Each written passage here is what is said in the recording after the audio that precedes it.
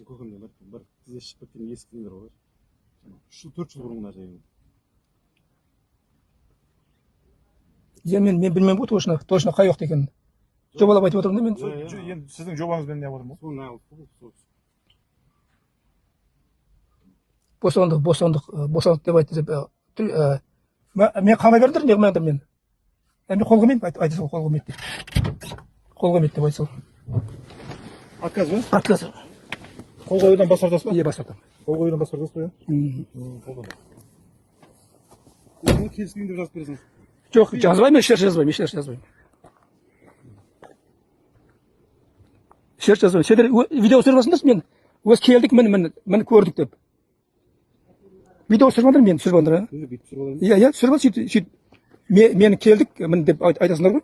Мен отказ бердім. Келдік, хаттама толтырып достар. Иә. Келіспейсіз? Иә, келіспеймін мен. Ештеңеге қол қоймайсыз ба? Ешнәрсе қол қоймаймын.